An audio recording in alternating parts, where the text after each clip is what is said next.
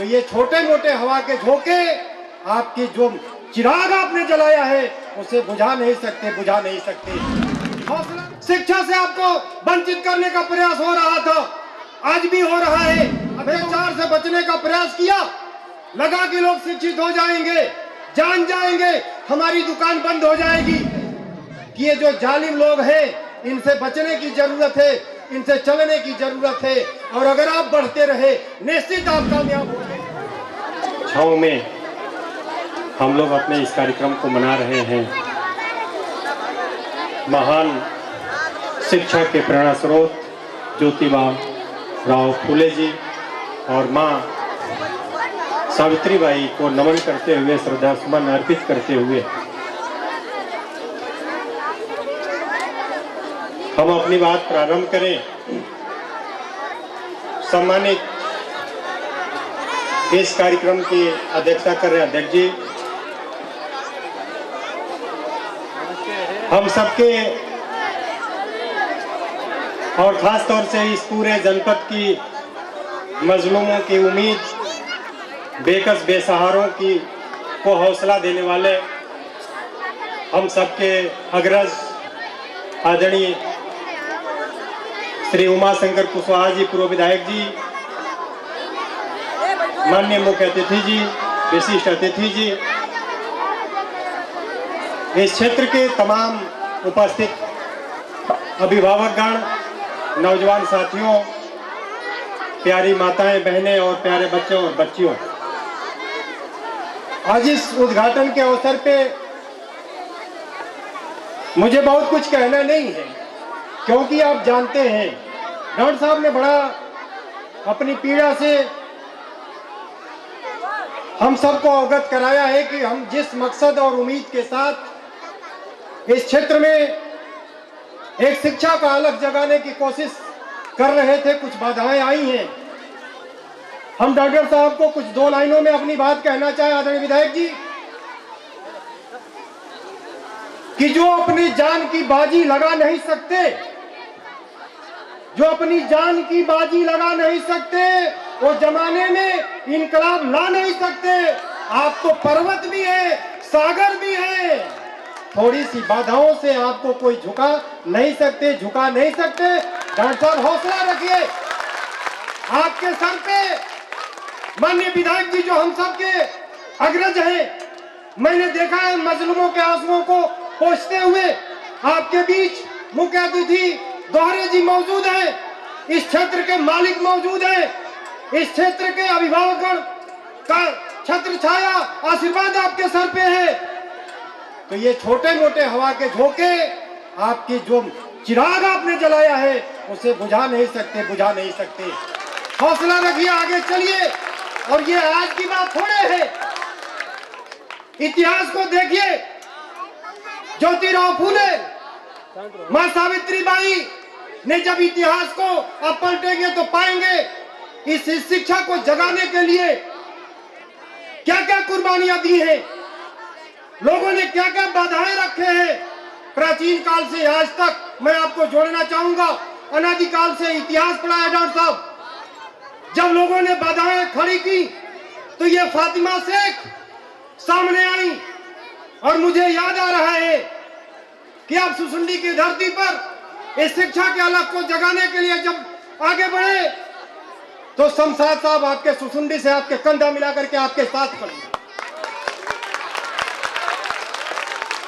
ये मामूली चीजें नहीं है, तब भी इतिहास को बदलने का काम हो रहा था, शिक्षा से आपको वंचित करने का प्रयास हो रहा था, आज भी हो रहा है। मैं बहुत अधिक समय नहीं लूंगा, बहुत वक्त है।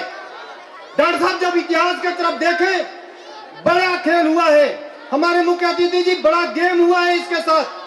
शिक्षा को बढ़ाने में जब ये लोग बढ़े, हम शिक्षकों ने अनुभव किया, तब भी आज भी जब आप शिक्षित होकर के आगे बढ़ने लगे, अपने चीजों को जानने का प्रयास करने लगे, इन तमाम घोर अत्याचार से बचने का प्रयास किया, लगा कि लोग शिक्षित हो जाएंगे, जान जाएंगे, हमारी दुकान बंद हो जाएगी।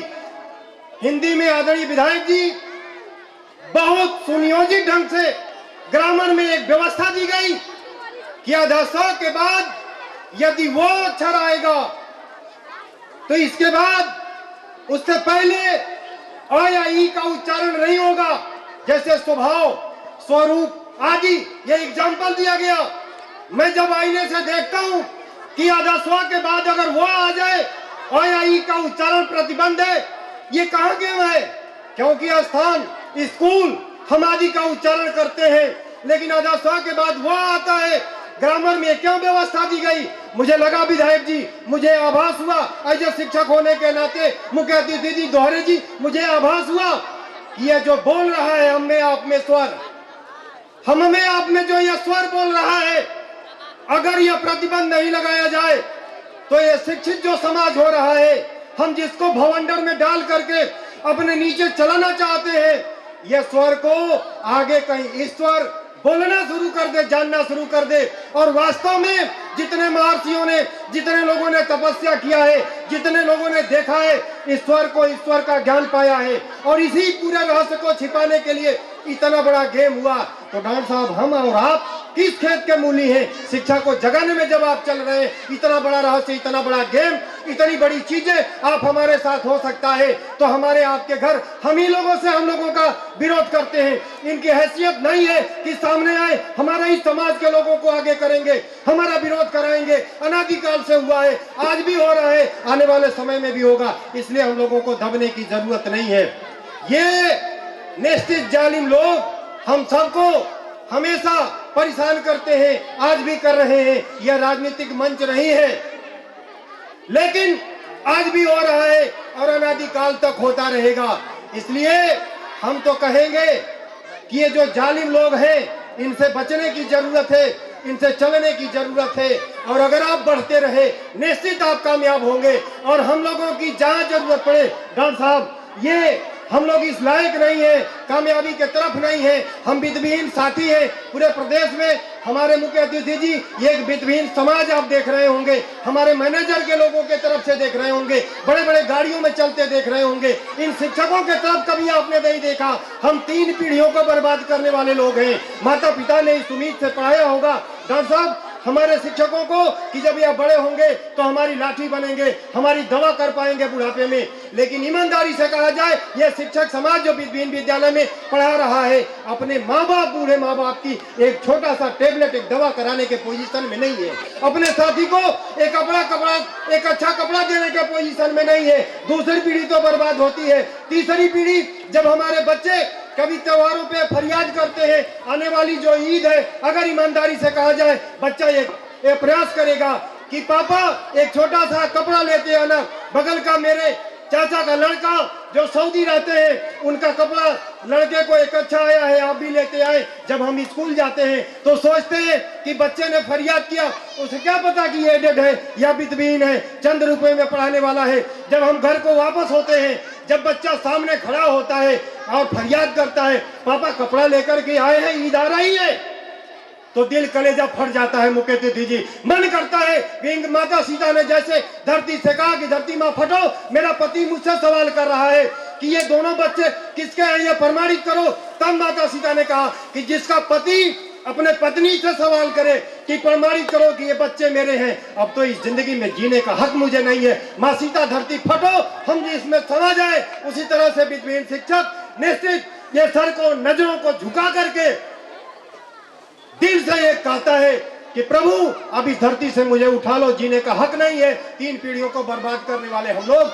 लेकिन फिर भी देश के, क्षेत्र के तमाम मालिकों, अभिभावकगण से हम गुजारिश करते हैं, इतने मजलूमियत में, बेकस बेसहारों में हम झेलते हुए भी आपके बच्चे को शिक्षा देने का काम करते हैं, करते रहेंगे। ये आपको भरोसा दिलाते हैं, जब तक सांस चलेगी आपके शिक्षा को झुकने नहीं देंगे। ज्योतिराव फूले के मिशन को पीछे जाने नहीं देंगे। हम भूखे रह लेंगे, लेकिन माँ सावित्री ने जो प्रयास किया, फातिमा शेख ने जो प्रयास किया, उसके कदमों को झुकने नहीं देंगे, उसके प्रयास को झुकने नहीं देंगे।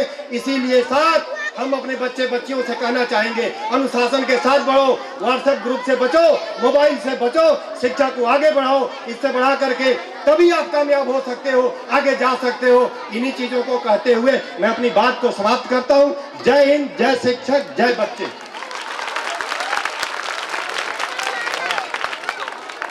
बहुत बहुत धन्यवाद। जियारत सर, आपने बहुत ही नपे तुले शब्दों में अपने दिल की बात कही, जाहिर सी बात है। लेकिन एक बात है जियारत सर, वह शिक्षक नहीं है जो धनी होता है। शिक्षक हमेशा गरीब होता है, चाहे आप अनादिकाल से लें, चाहे ज्योतिबा फूले और सावित्रीबाई फूले के पास तो घर भी नहीं था, लेकिन उन्होंने ऐसे शिक्षा की जोत जगाई जो आज पूरे विश्व के लिए एक मिसाल बनी। तो ये हमारे जो शिक्षक हैं, और विद्या वो कहते हैं ना, जैसे हिंदू धर्म में कहते हैं कि वो लक्ष्मी और सरस्वती का जल्दी मेल नहीं बनता है, तो है ये सब सारी चीजें हैं। लेकिन फिर भी हम शिक्षक हैं, हमारा काम है दीप जलाना और हम दीप जलाएंगे।